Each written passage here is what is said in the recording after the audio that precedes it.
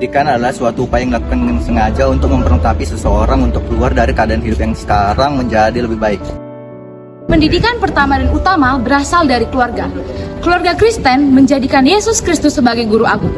Hal ini seturut dengan Filipi 2 ayat 1-2. Jadi, karena dalam Kristus ada nasihat, ada penghiburan kasih, ada persekutuan roh, ada kasih mesra dan belas kasihan. Karena itu sempurnakanlah sukacitaku dengan ini. Hendaklah kamu sehati, dalam satu kasih, satu jiwa, dan satu tujuan. Keluarga Kristen memberikan pendidikan yang berorientasi pada nilai Kristiani, yaitu kasih, keadilan, kesetaraan, pengampunan, dan penyelamatan oleh Allah.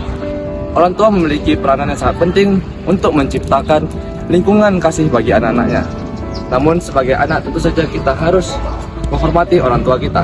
Amsal 6 ayat 20 berkata, "Hai anakku, peliharalah perintah ayahmu dan janganlah menyia-nyiakan ajaran ibumu." Lalu, apa itu sebenarnya proses sosialisasi dan edukasi dalam keluarga? Sosialisasi adalah suatu proses sosial yang dilakukan oleh seseorang dalam menghayati nilai dan norma kelompok sehingga menjadi bagian dari kelompoknya. Proses sosialisasi agama Kristen memang cukuplah unik, karena penghayatan agama Kristen pertama kali dilakukan oleh orang tua, kemudian diteruskan oleh anak-anaknya. Berikut kami tunjukkan peran orang tua dalam proses sosialisasi di keluarga kami. Dari dulu saya sering diajak oleh orang tua saya ke sekolah minggu. Dan biasanya ibu saya menemani saya duduk dan bernyanyi memuji kepada Allah di gereja. Dan sampai sekarang saya masih terbiasa untuk beribadah kepada Tuhan. Ini sesuai dengan Ibrani 13 ayat 15 yang tertuliskan, sebab itu marilah kita oleh Dia senantiasa mempersembahkan korban syukur kepada Allah, yaitu ucapan bibir yang memuliakan namanya. Sejak kecil, orang tua saya sudah mengajarkan kepada saya untuk berdoa. Bahkan mereka mengajak saya untuk mendoakan mereka yang kesusahan, tidak punya rumah, kelaparan, dan sebagainya.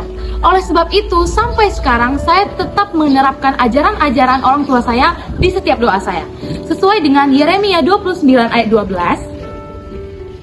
Dan apabila kamu berseru dan datang untuk berdoa kepadaku, maka aku akan mendengarkan kamu.